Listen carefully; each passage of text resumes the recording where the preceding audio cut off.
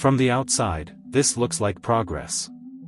India has officially moved to open its nuclear power sector to private players, something that was locked under government control for decades.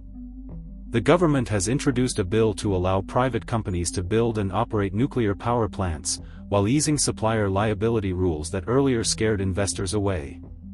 This isn't a small policy tweak. This is India quietly changing how it handles the most dangerous, powerful form of energy humans have ever created. Here's what actually happened.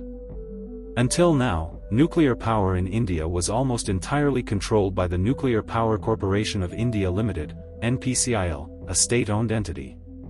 Private companies stayed away mainly because of strict liability laws, especially after the 2010 Civil Liability for Nuclear Damage Act, which made suppliers legally responsible even in rare accident scenarios. The new proposal changes that. It allows private Indian firms to own and operate nuclear reactors, permits limited foreign participation, and places a cap on supplier liability, bringing India closer to global nuclear norms. In simple words, the government is telling the private sector, you can enter, and we'll share the risk. This is where startups and investors entered the picture. One of the early names being discussed is Nucleus Power, a Bengaluru-based startup reportedly working on small modular reactors, known as SMRs. SMRs are smaller than traditional nuclear plants, faster to build, designed for factory-style production, and promoted as safer and more flexible. India currently has about 7 gigawatts of nuclear capacity. The national target is around 100 gigawatts by the year 2047. That gap is enormous. Startups see opportunity. Investors see returns. But nuclear energy does not behave like a normal startup sector. This new bill may open the door, but regulation remains complex. Multiple clearances, long construction timelines, public opposition, and one question no pitch deck likes to highlight. What happens if something goes wrong? Even with capped liability, accidents don't follow balance sheets.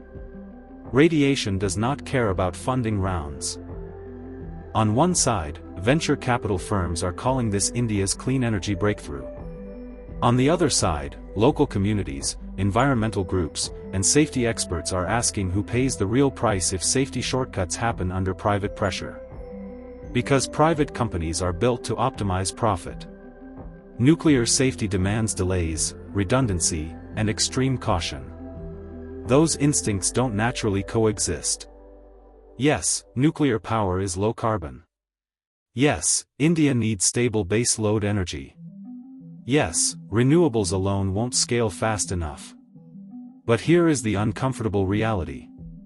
If India accelerates nuclear deployment to meet climate goals, it must also accelerate regulatory enforcement, independent safety audits, emergency preparedness, and transparency. Otherwise, this is not clean energy. This is compressed timelines with amplified consequences. Here is my analysis. Opening nuclear power to private players is not automatically wrong. But doing it in a system where oversight is already stretched, public consent is often symbolic, and accountability is negotiable, is dangerous.